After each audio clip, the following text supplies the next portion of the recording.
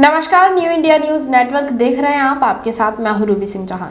किसानों के 13 फरवरी दिन मंगलवार को ट्रैक्टर, बस सहित अन्य साधनों से दिल्ली कूच करने के ऐलान के बाद पुलिस सतर्क हो गई है। इसके मद्देनजर राष्ट्रीय राजधानी दिल्ली की सभी सीमाओं पर कीलेबंदी की तैयारी की गई है। साथ ही सीमाओं पर आज से 2 दिनों के लिए यातायात व्यवस्था में बदलाव किया गया है। किसानों के दिल्ली चलो मार्च को लेकर सिंधु बॉर्डर सहित उत्तर पूर्वी जिले में धारा 144 लागू की गई है। किसी तरह की भीड़ जुटने पर पूरी तरह से पाबंदी लगाई गई है। साथ ही बॉर्डर पर कटीले तार, क्रेन और लोहे की कीलें लगाई जा रही हैं। वहीं सीसीटीवी कैमरे और ड्रोन से भी हर गतिविधि पर नजर रखी जा रही है।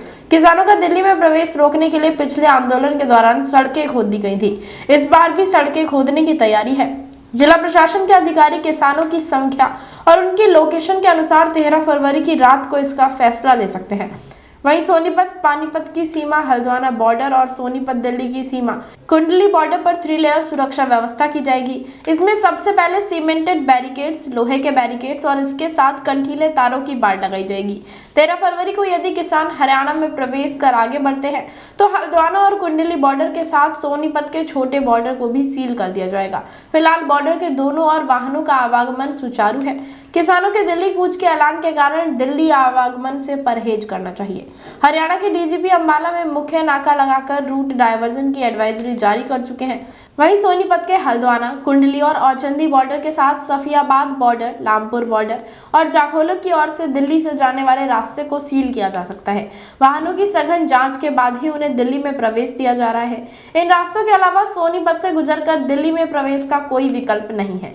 वहीं सरकार की ओर से अंबाला में मुख्य बैरियर लगाए गए हैं। दिल्ली में चंडीगढ़ जाने वाले वाहनों की करनाल से डाइवर्ट किया गया है। इसके लिए 3 रूट बनाए गए हैं। वहीं किसान नेता और भारतीय किसान यूनियन के राष्ट्रीय प्रवक्ता राकेश टिकैत ने कहा है कि आने वाले समय में आंदोलनों से ही देश बचेगा। देश को आंदोलन की जरूरत है। दिल्ली के औचंदी बॉर्डर पर रविवार को किसान महापंचायत को उन्होंने संबोधित किया। हमारी बहनें, माताएं, पुलिस प्रशासन के लोग, पत्रकार बंधु, हमारे जितने भी लीडर, हमारे पदाधिकारी, ये जो पूरा जो क्षेत्र है दिल्ली देहात, यहां से तो इन आंदोलन की शुरुआत ये इसी क्षेत्र से हुई। ये उद्गम स्थान है आंदोलन का। गंजावला ये वही पूरा क्षेत्र है। उधर से भी, उत्तर प्रदेश से, सब जगह से जब यहाँ पे जेल भरो आंदोलन चलता था तो लोग आते थे। यहाँ पे टिकैत साहब के टाइम में भी लोग आते थे। वो भी यहाँ पे बहुत बार आए। गंजावले के रिश्तेदार थे और कई लोग थे। मास्टर जी भी तजुर्बा हुए बहुत लोग थे, वे वहां पर जाते थे। उन्होंने हमको जागृत करा, हरियाणा वालों ने जगाया। लेकिन बीच में क्योंकि दिल्ली की जमीनें बहुत महंगी होगी, दिल्ली के नजदीक होगी, और आज भी अगर कहीं जाकर पूछते हैं कि भाई दिल्ली में किसान है तो कोई देश में मानने को तैयार ही नहीं है कि दिल्ली में किसान भी है। दिल्ली में तो ये मानते हैं कि बड़ी बड़ी बिल्डिंगें हैं। हम कहते हैं बहुत काम है, वहां पर लोग खेती करते हैं, तो कोई मानने को तैयार नहीं है। यहाँ पे दोबारा 35 साल बाद में ये आंदोलन दिल्ली में शुरू हुआ है। और ये जब हुआ, जब आपकी जमीन छीनने का काम शुरू होगा। आपने बिल्कुल मूवमेंट ठीक लगा कि काम रुकने से ही समाधान होगा। अगर उनको आपकी जमीन चाहिए, टावर लेकर जाने हैं, तो जो आप मांगोगे वो देंगे। 2007 में गेल पाइपलाइन बागपत के क्षेत्र में गई। 2007 में 7 रुपए 20 पैसे मीटर उसका मुआवजा किसानों ने ले लिया। करीब 18-19 या 20-22 का उम्र, मुआवजा ले ले, कब्जा ले लिया। फिर किसानों को लगा कि कम है। जब वो लाइन आगे गई जो गुज्जर समाज के हमारे गांव पढ़ते थे, भला निमानी ये गांव पढ़ते थे, हमारे जिलाध्यक्ष समाज के प्रताप गुज्जर, उन्होंने कहा कि मुआवजा कम है, मका कम है, तो रोक दो। जैसे उन्होंने पाइपलाइन रोकी तो आप अंदाजा लगा सकते हो कि जिसका 2 साल पहले मुआवजा ले लिया, कब्जा ले लिया, उसका क्या रेट मिला होगा। 7 रुपए 20 पैसे से कितना रेट बढ़ना चाहिए, उसका रेट बढ़ा 430 रुपया। कितने गुना बढ़ा, 430 रुपए। फिर मुआवजा दिया, उसमें भी कंडीशन ये लगाई कि भारतीय किसान यूनियन का जिलाध्यक्ष लेटर पैड पर समझौता कर रहे हैं। तो लेने वाला चाहिए, देने वालों की कोई कमी नहीं है। ये दान में भी आपकी जमीन देंगे, आप दान में देना चाहते हो तो ये दान में दे देंगे। लेकिन अब वो जमाने चले गए कि पुलिस की कोई फायरिंग होगी, कोई आंसू गैस के गोले तो एक आधा को चल सके, एक आधी लाठी को भी चल सके, लेकिन अब सिद्धि गोलियां नहीं चल रही। वो जमाने चले गए। अगर दिल्ली के आंदोलन में उनका कब्जा हो गया होता तो फिर तो ये हालात होते। आज तो जागरूक हो गए सब, किसान संयुक्त मोर्चा बन रहा है, अपना झंडा लगाओ, अपना बैनर लगाओ, संयुक्त मोर्चे का नाम लिखो, लग जाओ। जिसको जो झंडे से प्यार हो, जो संगठन के नाम से प्यार हो, वो लगा लो, संयुक्त मोर्चे में शामिल हो जाओ और अपना काम करो।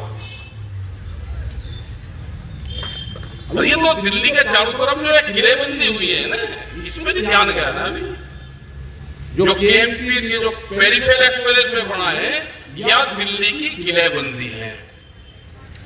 इसके हमने गेट गिन लिए कितने हैं, हरियाणा में कितने, उत्तर प्रदेश में कितने। अब इसका एक का अध्यक्ष बनाना है हमको। वो 50-50 गांव का बना तैयारी कर रहे हैं। जब रोकना हो तो 50 गांव इस दिल्ली को रोक लेंगे, वहां जाने की जरूरत ही नहीं है, ये रोक लो। ये तो बॉन्डवाइज ये किलाबंदी है, दिल्ली ना बाहर और ना अंदर, ये रुक जाएगा सब। इसमें भी काम चल रहा।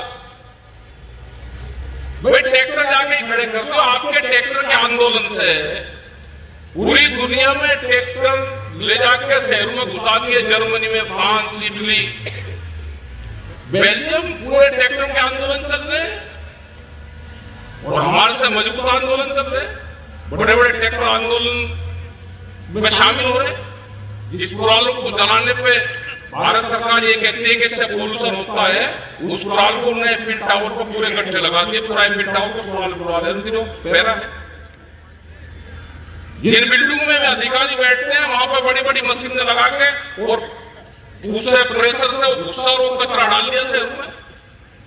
वो आंदोलन को हम कर सकते हैं।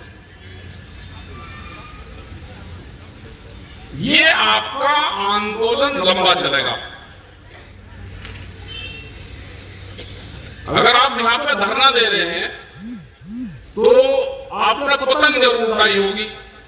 किस किसने पतंग उड़ाई, मैं फिर बताऊंगा कि क्या होगा इस धरने का। हाथ उठाओ। जो पतंग उड़ाता है, जो उसके जब पेंच मिल जाते हैं, जो भी उसको पहले उठाओगा वही कटेगा। ये धरना आपका लंबा चलेगा। धरने से आप हताश हो जाओगे, आप फिर कहोगे जी हमारा कुछ हुआ नहीं और हम कुछ न कुछ खुरापात की तरफ चलेंगे, क्योंकि हरियाणा का बॉर्डर है ना, हरियाणा के आदमी ज्यादा बैठता नहीं, वो उलट करता है जल्दी। आप हमारी जो व्यक्तिगत सलाह है, धरना को दो मत। आप अपने टावर का ध्यान रखोगे, मेरे खेत में काम करेगा, हम उसी दिन आ जाएंगे। ये आपके साथ में अभी बंद कर देंगे। ये 6 महीने बाद में काम शुरू करेंगे। 6 महीने आप अगर धरने में बैठोगे तो आप हताश हो जाओगे।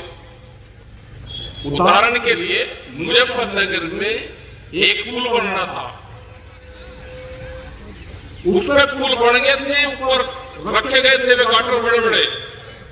वहां धरना दे दिया, हमने कहा कि लंबा चलेगा आंदोलन, धरना तो खत्म करो। पुलिस को कह दिया कि अगर यहाँ पे मिट्टी डली तो वो ट्रक मिट्टी डालने तो आएगा, जाएगा नहीं।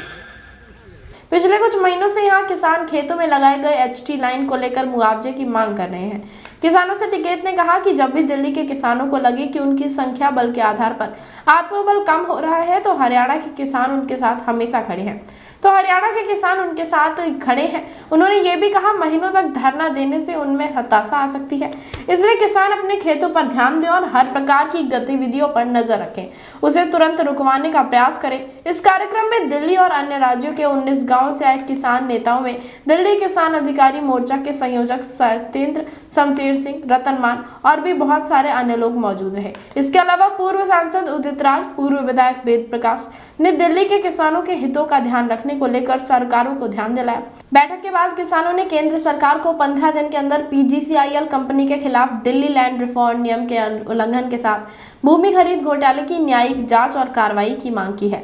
इस मौके पर 360 पालम प्रधान राम कुमार सोलंकी और अन्य अधिवक्ता भी मौजूद रहे। आपको बता दें कि फसल खरीद गारंटी कानून एक मुद्दा होते हुए विभिन्न अलग अलग तरीकों पर दिल्ली घेराव पर एक सहमति बनाकर दिल्ली की मेजबानी का प्रस्ताव रखा गया है। इस दौरान दिल्ली पुलिस और अर्धसैनिक बल के जवान भी मुस्तैद दिखे थे। इसी के साथ फिलहाल इस खबर में इतना ही। ऐसी ही तमाम बड़ी अपडेट्स के लिए जुड़े रहें हमारे साथ और देखते रहें न्यू इंडिया न्यूज नेटवर्क।